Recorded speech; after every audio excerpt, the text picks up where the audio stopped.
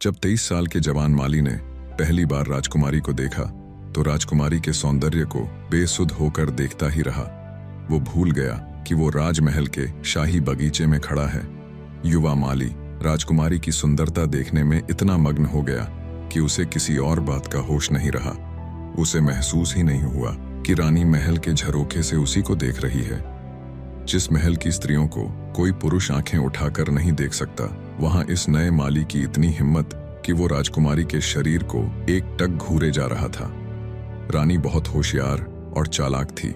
उसने तुरंत लड़के को सजा देने का फैसला किया और चुपचाप कुछ सैनिकों से लड़के को पकड़ लाने को कहा। लेकिन लड़के की किस्मत अच्छी थी कि समय रहते रानी को पता चल गया ये युवा महल में काम करने वाले माली का लड़का है। इसके पिता बीमार हैं, इसलिए ये काम करने आया है। रानी ने सोचा इसके पिता ने कई वर्ष राजमहल में ईमानदारी और लगन से काम किया है, इसे दंड देना उचित नहीं, लेकिन इसको सबक तो सिखाना पड़ेगा। रानी ने क्रोध में कहा, तुम राजकुमारी की ओर कामुक दृष्टि से देख रहे थे, तुमने इतना गंभीर अपराध किया कैसे? तुम्हारे माता पिता की सेवा के कारण तुम्हें मृत्यु दंड नहीं दिया जाएगा, लेकिन तुम बताओ, तुम्हें 5 साल की कैद दी जाए या देश से निकाल दिया जाए? यह सुनते ही लड़के के पैरों से जमीन खिसक गई। वो रानी के पैरों में गिरकर माफी मांगने लगा। महारानी जी, मैं मानता हूं कि रानी महल में मुझे ऐसे ही नहीं चले आना था, लेकिन दूसरा अपराध मैंने नहीं किया। राजकुमारी की सुंदरता ने मुझे अपनी ओर आकर्षित कर लिया। मेरी दृष्टि गलत नहीं है, मुझे भी पता नहीं चला। जीवन में पहली बार मेरे साथ ऐसा हुआ है। मुझे राजकुमारी से प्रेम हो गया है, अब मैं उनके बिना नहीं जी पाऊंगा। रानी ने आश्चर्य से कहा, तुम्हें ऐसी बात करते हुए डर नहीं लगता? लड़के ने कहा, मैं जानता हूं कि ये मेरी आखिरी इच्छा हो सकती है, लेकिन अब राजकुमारी के बिना तो मैं हर दिन मरूंगा। रानी ने क्रोध नियंत्रित किया, थोड़ी देर तक सोचती रही और फिर बोली, अच्छा ठीक है, तुम्हारी शादी राजकुमारी से हो सकती है, लेकिन एक शर्त है। इतना सुनते ही लड़के की आंखें चौड़ी हो गईं। महारानी, क्या ऐसा संभव है? मैं आपकी हर शर्त मानूंगा। रानी ने मुस्कुराते हुए कहा, यह इतना आसान नहीं, पहले तुम्हें अपनी योग्यता साबित करनी होगी। रानी ने कहा, तुम्हें यहां से दूर एक आश्रम जाना होगा और वहां सिखाई जाने वाली कलाओं में से किसी भी 2 कलाओं में दक्षता प्राप्त करनी होगी। इस विद्या अर्जन में 10 साल लगते हैं, लेकिन तुम्हें 5 सालों में ही चुनी हुई 2 कलाओं में निपुणता हासिल करनी होगी। लड़के ने शर्त स्वीकार की और रानी से आज्ञा लेकर अगले ही दिन वो आश्रम पहुंचा। आश्रम आकर लड़के ने अपनी चालाकी दिखाई। उसने अपने शरीर को ध्यान से देखा। उसका शरीर लचीला था।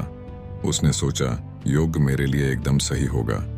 मैंने बचपन में लोगों को लकड़ी के डंडों से लड़ते हुए देखा था, इसलिए दूसरा कलारिपयट्टू चुन लेता हूं। लड़के ने दोनों कलाएं चुनी और सीखना शुरू कर दिया। लड़के ने सोचा था कि योग केवल आसन है और कलारिपयट्टू केवल युद्ध कला है और वो सब कुछ सीख लेगा। लेकिन 2 दिन में उसे घर की याद आने लगी, राजकुमारी की सुंदरता याद आने लगी। मन विचलित होने के कारण उसका उत्साह खत्म हो गया। मन में कई तरह की चिंताएं, इच्छाएं और विचार प्रकट होने लगे, जिस कारण वो किसी चीज पर ध्यान नहीं दे पा रहा था। लड़का शर्मिंदा होकर गुरुजी के पास गया और बोला, मेरे पास समय कम है, लेकिन विचलित मन के कारण मैं कुछ सीख नहीं पा रहा हूं। गुरुजी ने कहा, मन और शरीर में फैली ऊर्जा को एक जगह केंद्रित करने से ही हमारी क्षमता बढ़ती है। जब तुम अपनी एकाग्रता को मजबूत कर लोगे, तब तुम कुछ भी आसानी से सीख पाओगे। सबसे पहले तो एकाग्रता पर ध्यान दो। कुछ दिन बाद लड़का फिर वापस आया और बोला, गुरुजी, मैंने बहुत कोशिश की, लेकिन मेरा मन इधर उधर भागता रहता है। जितना मैं इसे रोकने की कोशिश करता हूं, उतना ही यह मुझे परेशान करता है। गुरुजी ने कहा, यह बहुत अच्छी बात है कि तुमने खुद ये महसूस किया है। भटकता मन दुखी और कमजोर होता है, इसीलिए पहले समझो कि मन सिर्फ विचारों और इच्छाओं की वजह से ही नहीं, बल्कि कई तरह की वासनाओं की वजह से भटकता है। लड़का बोला, तो मैं काम वासना को दबाकर मिटा देता हूं। गुरुजी ने कहा, रुको, पहले अपनी बुद्धि का विकास करो। काम और वासना अलग अलग चीजें हैं, लेकिन काम इकलौती वासना नहीं है। पहले तुम ये समझो कि वासना क्या है। गुरुजी ने समझाया कि वासनाएं हमारे पिछले कर्मों के कारण मन में बनी आदतें हैं। ये अचानक इच्छाएं पैदा करती हैं और इन्हें सूक्ष्म आदतें भी कहा जा सकता है। लड़के ने कहा, अगर ये सूक्ष्म आदतें मात्र हैं तो इतना क्यों परेशान करती हैं? गुरुजी ने कहा, वासना की ताकत समझने के लिए 4 बातें जरूर याद रखो।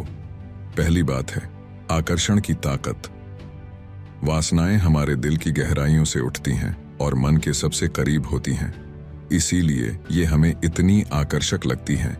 ये एक चुंबक की तरह होती है जो हमें अपनी ओर खींचती रहती हैं। आकर्षण ही वासनाओं की सबसे बड़ी ताकत है।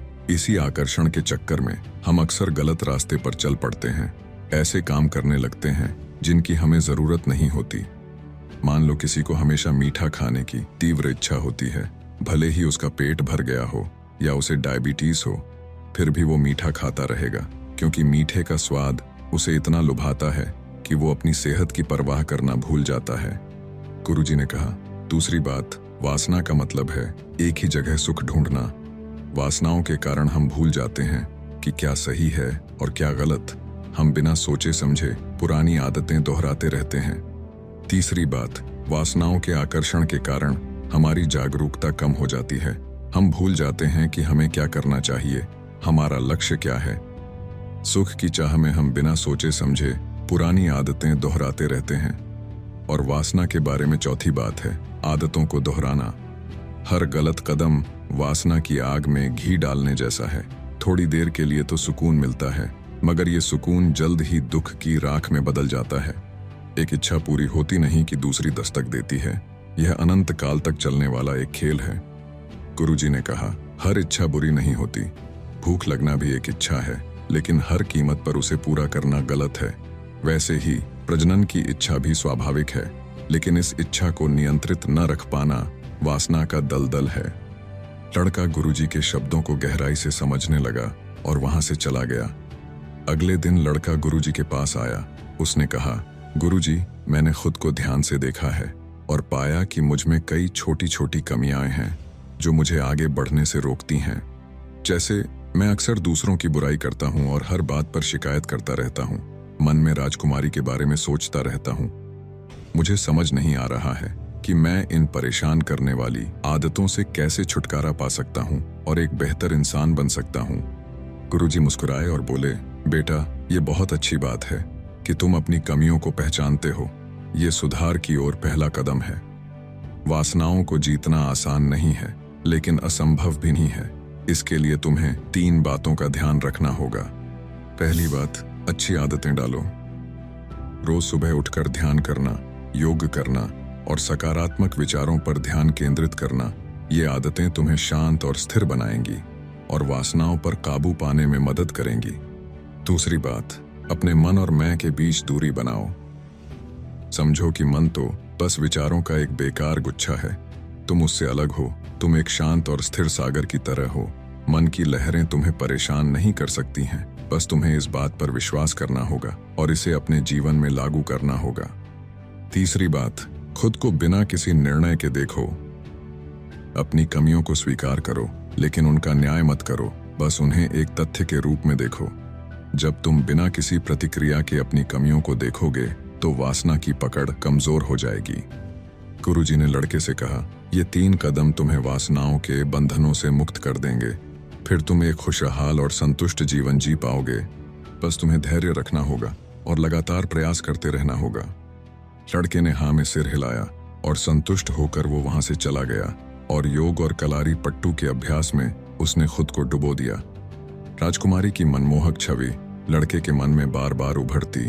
वो उसका सुंदर चेहरा देखकर अंदर ही अंदर तड़पता था, लेकिन धीरे धीरे उसने खुद को कोसना बंद कर दिया।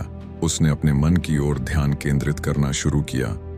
हर विचार को, हर भावना को बड़े ध्यान से देखने लगा। इस अभ्यास ने उसे एक अद्भुत शांति प्रदान की। उसे समझ आया कि शांति ही मन और मैं के बीच की दूरी है। अब वह आसानी से पहचान सकता था कि वह क्यों बार बार पुरानी बातों में उलझ जाता है। जैसे जैसे समय बीतता गया, वासनाओं की जड़ें कमजोर होती गईं और उसके अंदर बुद्धि, एकाग्रता और शक्ति का उदय हुआ।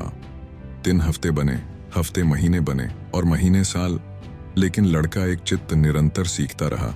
और सब सीखने के बाद गुरु से आज्ञा लेकर लड़का रानी के महल पहुंचा। रानी उसे एक बार में पहचान नहीं पाई। वो लड़का अब एक नया इंसान था। उसके चेहरे पर तेज, आंखों में समता और चाल में दृढ़ता थी। रानी दंग रह गई। इतने बदलाव को देखकर रानी का मन गदगद हो उठा, लेकिन रानी के कुछ बोलने से पहले ही लड़का बोला, राजमाता जी, आपने मुझे नया जीवन दिया है। मैं आपको धन्यवाद कहने आया हूँ। इन 5 वर्षों में मैंने सीखा है कि वासनाओं को जीतकर ही मन को शांत किया जा सकता है। आपकी शर्त ने मुझे एक नया जन्म दिया है। लड़के की आंखों में एक अजीब सी चमक थी। ऐसा लग रहा था मानो वह पूरी दुनिया को जीत चुका हो। ऐसा कहकर वो लड़का राजमहल से चला गया। दोस्तों, उम्मीद करता हूं कि आपको ये कहानी पसंद आई होगी। आपको इस कहानी से क्या सीखने मिला, हमें कमेंट्स में जरूर बताएं। ऐसी ही और कहानी देखने के लिए पीसफुल कर्मा चैनल को सब्सक्राइब जरूर कर लीजिए और ऐसे ही मुस्कुराते रहिए।